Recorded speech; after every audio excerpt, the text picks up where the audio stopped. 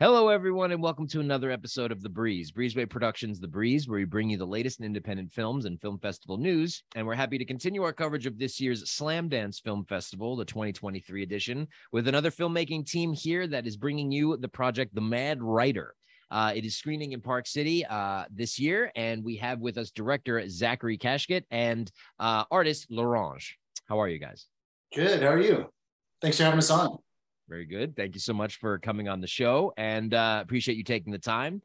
So first I'll ask, tell us a little bit about what is The Mad Writer? So The Mad Writer is a feature-length documentary that I've been working on with DP Trevor Metscher and my producer Jon Webb for the last several years.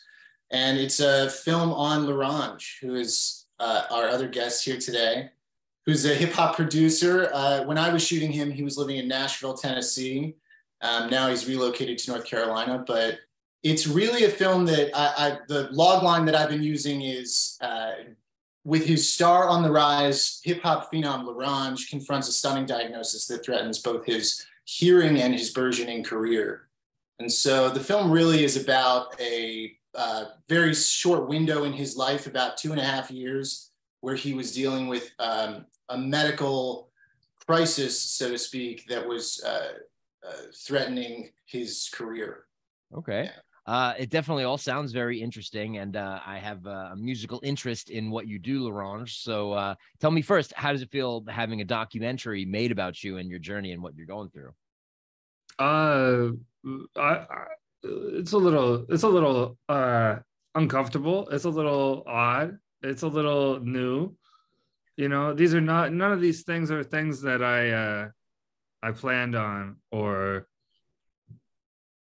wanted, but it's nice to be a part of something that I can tell a lot of people put a lot of effort into, and I like a lot of the people that worked on it, even Zach, and so it's nice to see everything come together like that. But no, I mean, it would be more surreal than anything else. Yeah, watching it, you sit down and have a lot of testimonials. You talk about your relationship. You talk about what happens with your life and the diagnosis and going through it. Do you feel like this process was healing for you at all, that you were able to tell the story in front of cameras in the documentary style? No, not at all. No, that was, if anything, probably an added burden, but I haven't seen the movie, so it might be healing now. Maybe it was just a delayed effect, Yeah. So tell me a little bit about your music, so that the audience will know what kind of style you have with when you put together music. Yeah, so I'm a hip hop producer, and I make a lot of kind of unusual or different or underground hip hop music, and sometimes instrumental. And I work a lot with early 20th century jazz and recently in a group called Marlowe, and so it's it's something I've loved doing all my life, and so it's okay fun to be able to do it for a living. Yeah, obviously a lot of people are looking for that type of road in life, and that you've been able to do it. So I'm happy to cheers to your success. Zach, my question for you is, why did you feel like it was important to make a documentary on L'Orange now, and then showcase it to audiences? Well, the truth is, I've known L'Orange for a long time.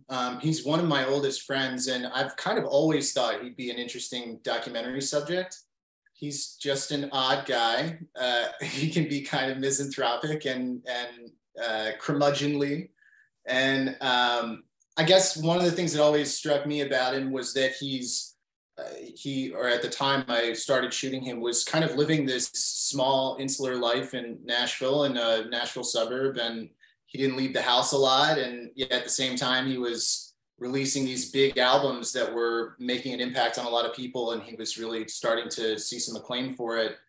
And I guess I was just interested in the dichotomy of a person who was sort of reaching for fame, but at the same time, individually, personally, didn't seem to want it or want to engage with it all that much. And I don't want to put words in his mouth, but originally that was the idea. Was I was just interested in him as a person, the person who would be living this life but releasing this music. And then about a year's worth of bugging him, finally I wore him down, and he acquiesced to letting me make it. And about a month into shooting, we were doing a phone interview, and he told me that he had been bleeding from the ear that day.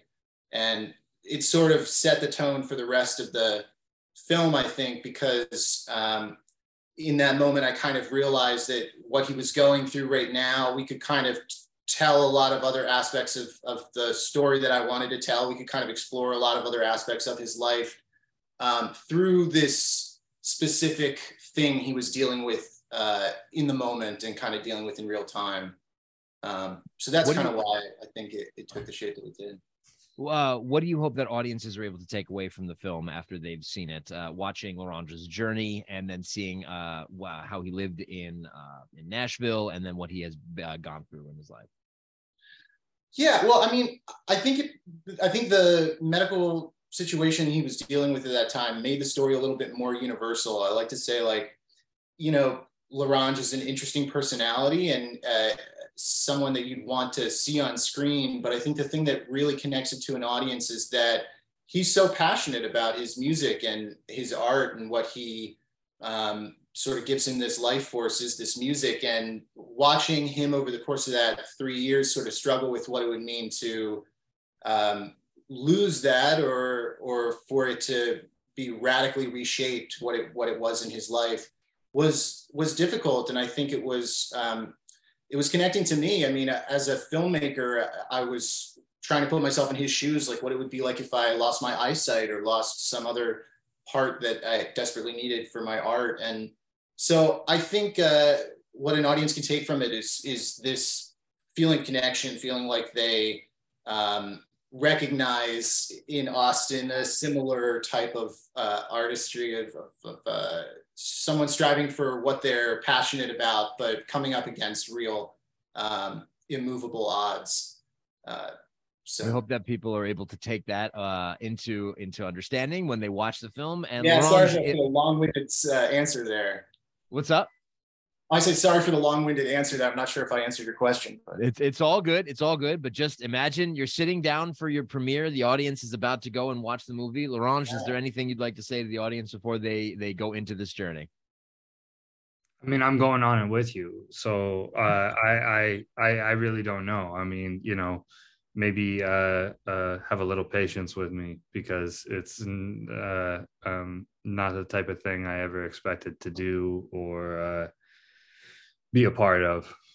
Okay. So it's a little different for me. Understandable, and that we hope that people are able to enjoy it. And it will be screening this year at the 2023 Slamdance Film Festival. Zach, do you know when the film and where the film will be screening? It's January 20th and 24th, the 20th at 2:45 in the ballroom at Treasure Mountain, and the 24th at 1 p.m. Wonderful. Okay. And you can check all of that out on the links below. We hope that people that are in attendance are able to check that out. And again, I want to thank you for taking the time to speak with me today. Zachary Kashkett, director of The Mad Writer, and artist Larange. I appreciate you taking the time to talk to me today about the film The Mad Writer, which is screening at this year's Slamdance Film Festival. Pleasure. Thank you.